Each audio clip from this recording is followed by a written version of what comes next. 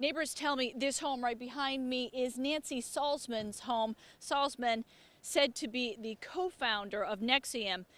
The FBI has been here all day long after hitting other homes in this neighborhood yesterday. Are you glad to see the FBI here?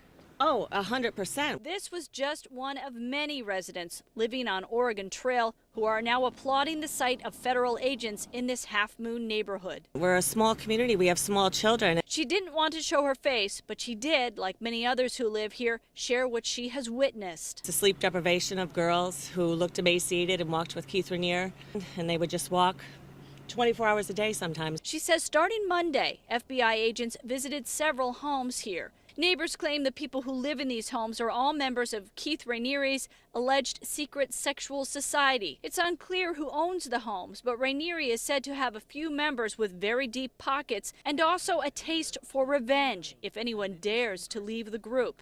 The neighbor told us she had seen this happen to a very close friend of hers. I do know at that time they financially ruined her and her boyfriend at the time. When you read all this stuff about what's alleged here, how does that make you feel? This is your neighborhood as well. It actually makes me sad, especially that these women would fall prey to this. And the FBI remains here tonight. It's unclear exactly how long they will stay in this neighborhood, but we will deliver details to you as we get them. Tony Natale lives in Rochester, but 20 years ago she led a different life here in the Capital Region, a life with Keith Raniere. He was my boyfriend. I was his girlfriend. There wasn't a harem of women around him. Natale spoke with me during a FaceTime interview on Tuesday, saying she met Raniere in the early 90s, moved to Clifton Park with him in 1992, and they were living together soon after that. She's glad to finally see him facing charges. When you wait for something to happen for so long, when it finally happens, it takes a while to process. That's because she saw Raniere begin to build the foundation of what would eventually become NXIVM when he met Nancy Salzman in 1997. Keith needed that admiration. He needed to be idolatized, and that was not something that he was going to get from me. Natale says she went to several sessions with Salzman at that time before eventually leaving Raniere. The last time I saw Keith was in April of 1999. And the last thing he said to me was, "I will see you dead or in jail." Now she's optimistic NXIVM and his alleged practices will come to an end, but wonders why it took 2 decades to get here. Why did this take so long? Because it shouldn't. It should not have. Saying she understands how women could be manipulated by Raniere and his promises. When you don't know what's behind the curtain, or you don't know what really is going on the face, it looks pretty legitimate. Her hope for the future? I want to be done telling my story. I want the end to come and his story to be told now. The courtroom packed and the proceedings fairly short as Keith Raniere appeared clad in a tan jumpsuit to face the charges against him. Outside of court, people saying they've been victims of Raniere speaking out. Keith Raniere refers to himself as the Vanguard and leads a cult that masquerades as a self-help group called NXIVM. He's now facing serious charges stemming from alleged actions within NXIVM. Mr. Raniere denies these allegations. Raniere's attorney speaking outside a federal court following the brief arraignment. No one's ever heard the rest of the story and the other side of what's happened. I think this case is going to give us an opportunity to explain a lot more than the public has heard. But Tony Natale has heard all she needs to. She dated Raniere back in the 90s.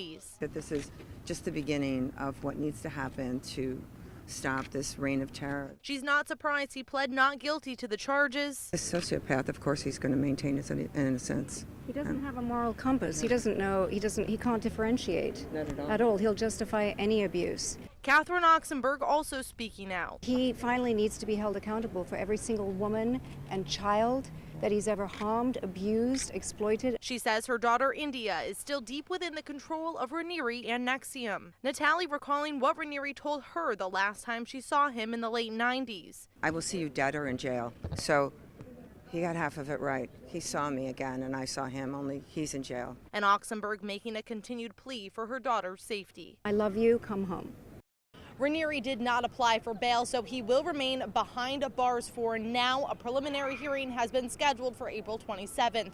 People in the Knox Woods neighborhood tell me they're very familiar with Keith Raniere, saying they even saw him walking these very streets with several women, including Smallville actress Allison Mack. Neighbors tell me this is the condo in Half Moon where Allison Mack lives, but on Monday, 2 men were filling a U-Haul full of her belongings, then quickly speeding away. Mack is considered cult leader Keith Raniere's co-conspirator and was indicted on federal sex trafficking charges alongside him on Friday. In this video, Mack interviews Raniere about a branch of NXIVM called The Source. Several years ago when we first met, I had said to you, would you be willing to work with me on becoming a better actress? Raniere explains his techniques throughout the video as Mack listens intently to his teachings. Been talking to different people about it and like different actors and things like that, enrolling them in the idea of coming and participating and seeing what you've created, because it's been incredible for me. Raniere, who refers to himself as the Vanguard, is facing charges including sex trafficking for allegedly branding women with his initials and grooming them to join his sex cult. Court documents allege Mack was a master within the secret society, saying she pledged a full and complete life to Raniere and his cause.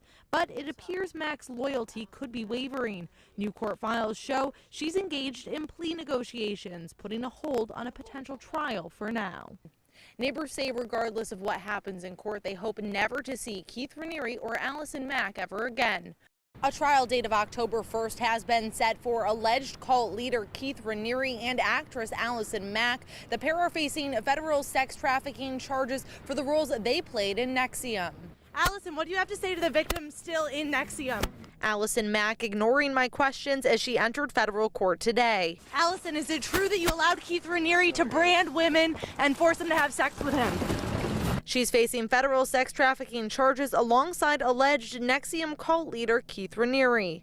He steadfastly denies these charges, and I expect that we're going to have a very vigorous defense. The fact that you haven't heard from him doesn't mean he doesn't maintain his innocence and doesn't have a lot to say. He does. Raniere's attorneys speaking outside of court saying all of the women involved in NXIVM did so willingly. There are well-known groups of men that brand themselves. It's utterly uncontroversial, but a group of women decide to brand themselves, and then all of a sudden we assume that they're victims. Tony Natali is a former girlfriend of Raniere's and has been outspoken since his arrest. This sociopath and his partners, this has been going on for a long time. The government saying they expect a superseding indictment to come in the weeks ahead, along with even more arrests, something Natali says needs to happen. There's people that are they're culpable. They're culpable and they need to be brought to justice. Raniere and Mack have another court appearance scheduled for June 12th. Developments as the investigation into the Capital Region called NXIVM continues. Those who brought the alleged illegal practices to light are speaking out. Also, we're getting a first glimpse now into what the trial for the leader Keith Raniere and Allison Mack might look like. News 10's Ayla Ferrone has been dedicated to the story from the start. Joins us live in the media center with this update. Ayla. Well, new federal documents delve into potential evidence we could see come to light in that trial scheduled for October. Meanwhile, a former NXIVM insider is speaking out about the part he played in landing Raniere in jail.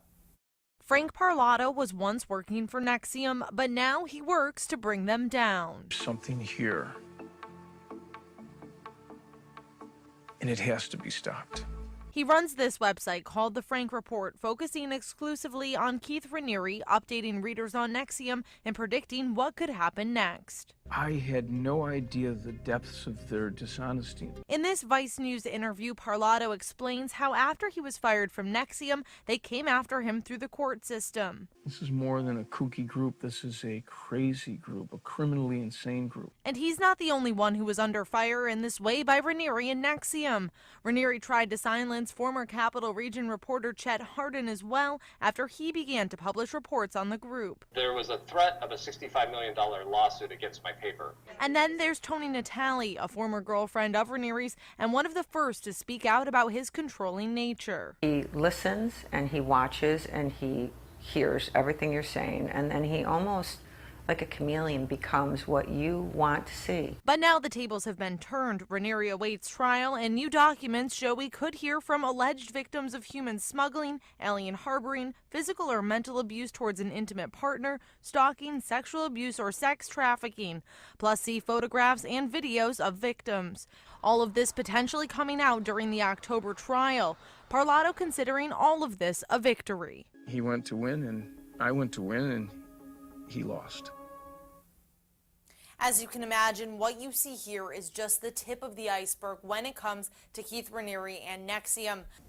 Well, the bail application is dozens of pages long and outlines the reasons Keith Raniere should be released. It claims he is not a danger to the community or a flight risk, but others disagree. Keith Raniere sits in federal prison awaiting an October trial for the part he allegedly played in a branch of NXIVM called DOS. DOS is something that people joined, women joined of their own volition. Raniere's lawyers have previously stated the women who joined the alleged sex cult did so willingly, denouncing the stigma. It's a label that the government is attaching to conduct to make it nefarious. Documents show his lawyers stand by these statements, saying the federal government apparently does not approve of the way hundreds of women are searching for happiness, fulfillment, and meaning in their lives.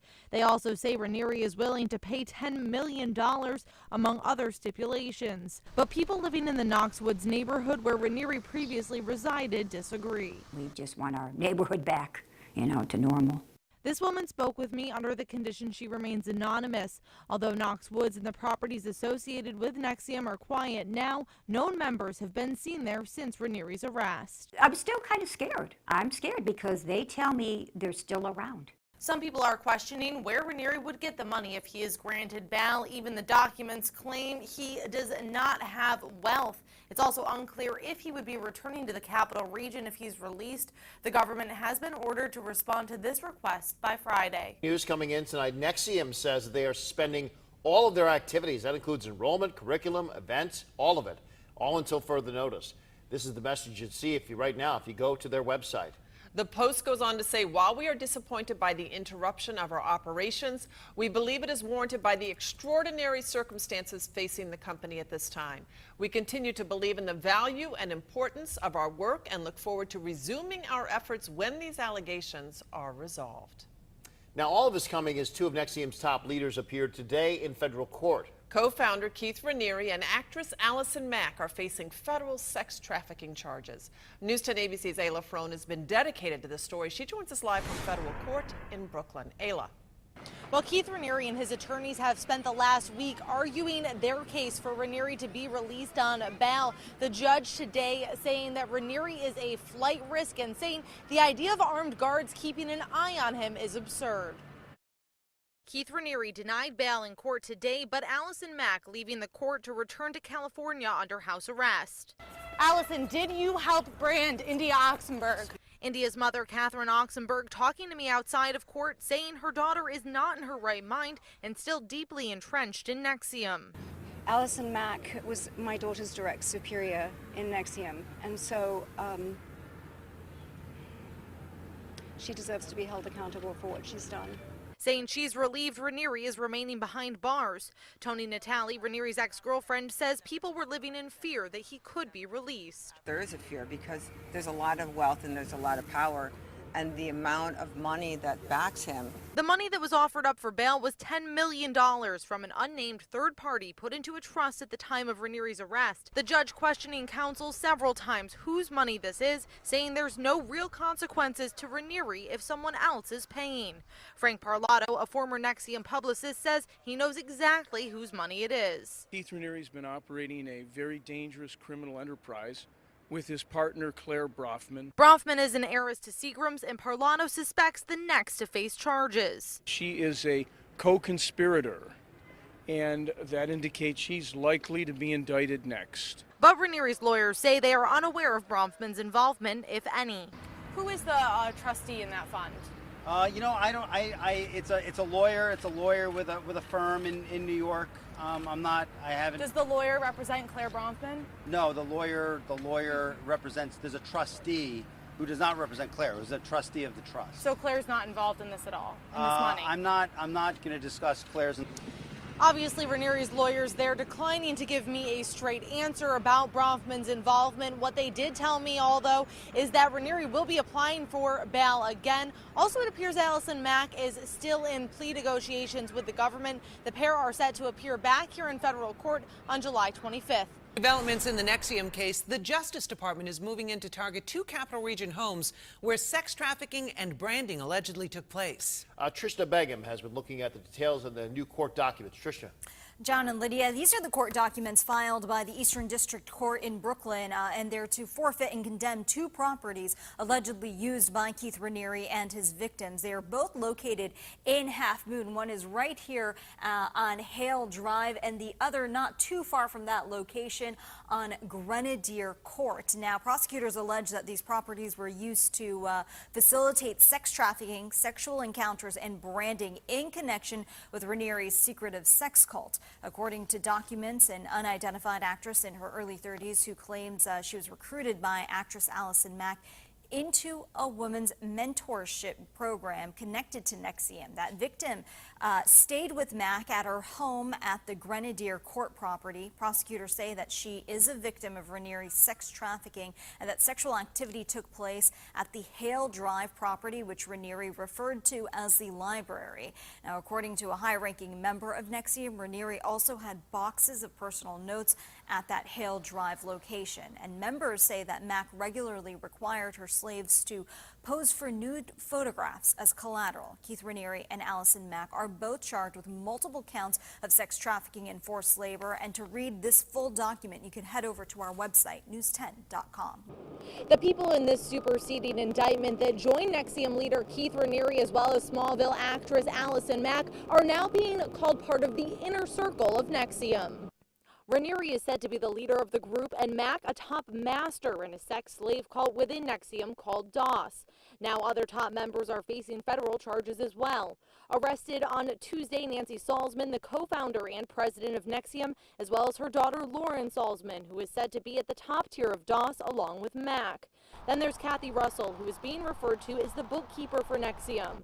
The Salzmans and Russell appeared in the Northern District Federal Court on Tuesday afternoon. Nancy's bail was set at $5 million and her daughter's bail was set at the same. Both are required to be at Wednesday's scheduled hearing at 2 p.m. in Brooklyn. Russell's bail was set at $25,000 and she is awaiting an identity hearing on Friday in Albany. Meanwhile, the alleged financial backer of the operation and Seagram's heiress Claire Bronfman was also indicted in Brooklyn on Tuesday. I'll be at that hearing in Brooklyn on Wednesday as the Salzmans as well as Keith Raniere and Allison Mack will be required to appear as well. This is the first time we're seeing what's being called NXIVM's inner circle in a room all together since this all began. The vanguard and leader of the group, Keith Raniere, as well as Smallville actress Allison Mack, were joined by NXIVM prefect and president Nancy Salzman. You co-founded this group, Nancy. I mean, you helped start all of this. Is there anything you'd like to say to the people who you've hurt? As well as alleged financial backer and Seagram's heiress Claire Bronfman. Claire, you've allegedly funded this entire operation. Anything to say? The superseding indictment brought federal racketeering charges against this inner circle. And any more thoughts on a plea deal now that there have been more arrests in this case? The prosecution team saying they have around 60 electronic devices to weed through before beginning trial. Raniere's lawyers say he remains confident in his innocence. We feel really good, I think, and so does Keith. And we were just talking about this yesterday and today, how good our client feels, how good we feel about where we're at right now. They also say more people have been helped by Raniere's groups than hurt, having strong words for those who are against him. They're crazy. They're wrong. That's my answer. And there aren't that many. But those who say they've been hurt by NXIVM say this is headed in the right direction, but far from over. Oh, you've been a long time waiting for this. Vindication is coming. Relief. Yes.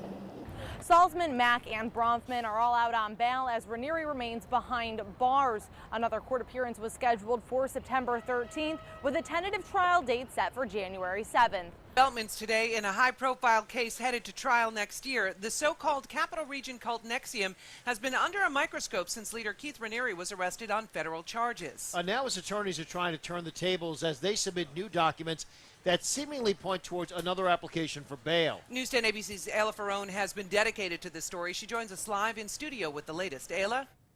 Well, these new documents filed by Keith Raniere's lawyers just yesterday open the door even more into the world of NXIVM and bring the entire case even closer to the Capital Region. New documents filed by Ranieri's legal team claim several people have come forward willing to be co-signers for Ranieri's bond, pointing toward another appeal for Ranieri's bail. But the crux of the paperwork requests to have those co-signers' names sealed from proceedings and documents available to the public. They say this is mainly because the potential co-signers are afraid of people they say are anti-NXIVM. Documents say these people include former NXIVM member Frank Parlato, a former Times Union reporter, and others.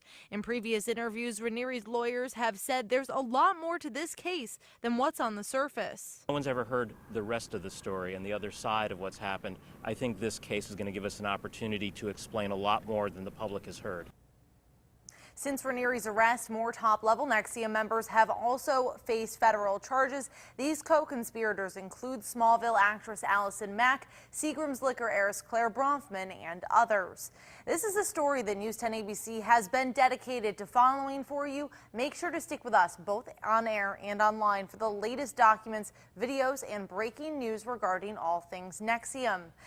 You know, by now you've probably heard of the alleged Capital Region sex cult NXIVM and its accused leader Keith Raniere.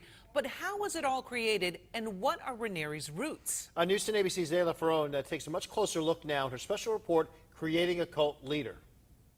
Well, often when delving into the world of Keith Raniere, one is left with more questions than answers. How does a boy born in Brooklyn grow up to be the esteemed, feared, and now incarcerated vanguard? I've spent the last several weeks in search of those answers. He's dangerous. He's a sociopath. And he's evil.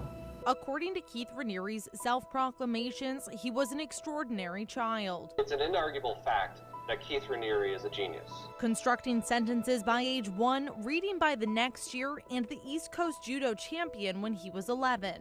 He is wonderfully talented and wonderfully gifted. Then Raniere came to the Capital Region. He graduated from RPI in 1982 with degrees in biology, math, and physics. One of the world's smartest men. That he has a 240 IQ. Raniere held the Guinness Book of World Record spot for highest IQ in 1989, a record that was discontinued the next year. It's that calling card that he puts out there that gets people to listen. Tony Natale met Keith Raniere in 1991 when he was running a company called Consumers Byline. She says the man she met was nothing like what she expected. It's an amazing idea. Yes, well, sometimes it even amazes me. But Consumers Byline is wonderful, and it's working. Very unassuming, almost shy in demeanor at times. She asked him why he would use his intellectual gifts to run a multi-level marketing company. He told her he was using it to change the world. And this is my platform, and this is how I'm going to start. Don't you want to come along?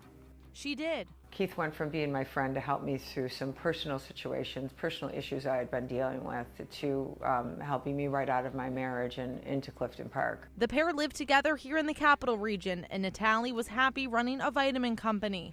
That's when Consumers Byline began to crumble.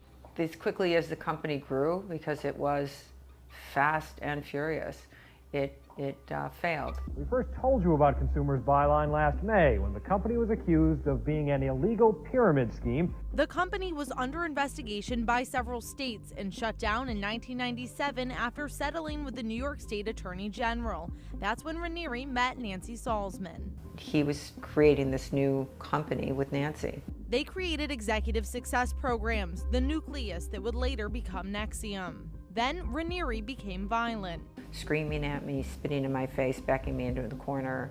Don't you know who I am? I'm the smartest man in the world. I have total retention. You're stupid. You don't even know what you said. Natale saw Raniere for the last time in April of 1999, but she was far from free of his grasp. It wasn't a breakup. It was a run for your life. Raniere began coming after Natale through the court system, tying her up in litigation from the time of their breakup until he was arrested earlier this year. People didn't want to listen because it was easier to blame the victim than to look at the crazy man behind the curtain.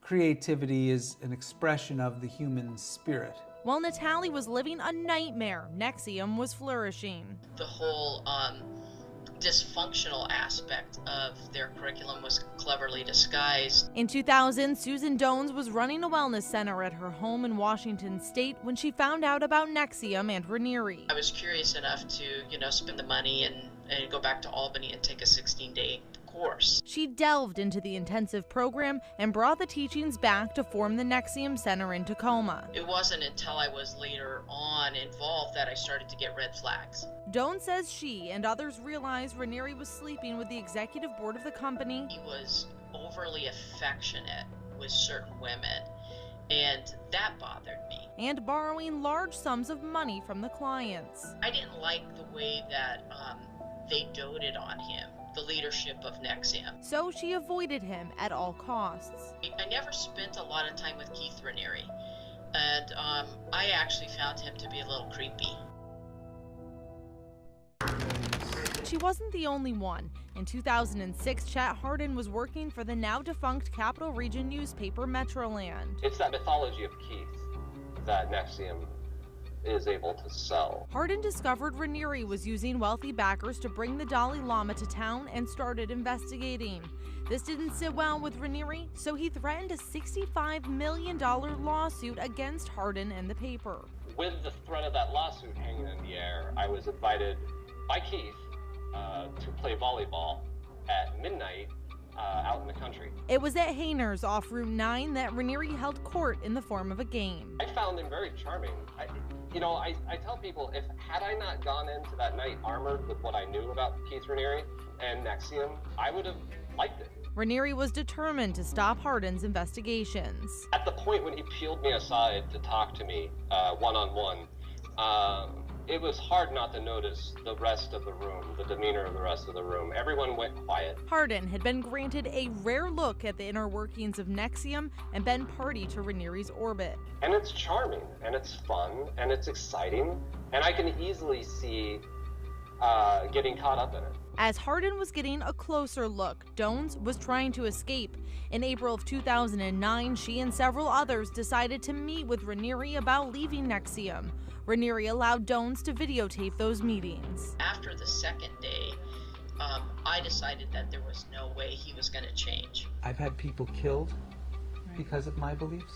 I think he became angered by that and figured out he needed to have a tighter rein on people. Dones kept that video clip because after leaving, she feared for her life. He might consider, that I was a threat, and he might decide to do away with me, to kill me. A feeling Natalie knows all too well. She believes she was a guinea pig for Raniere's agenda, and when she left, she was touted within NXIVM as the anti-Keith.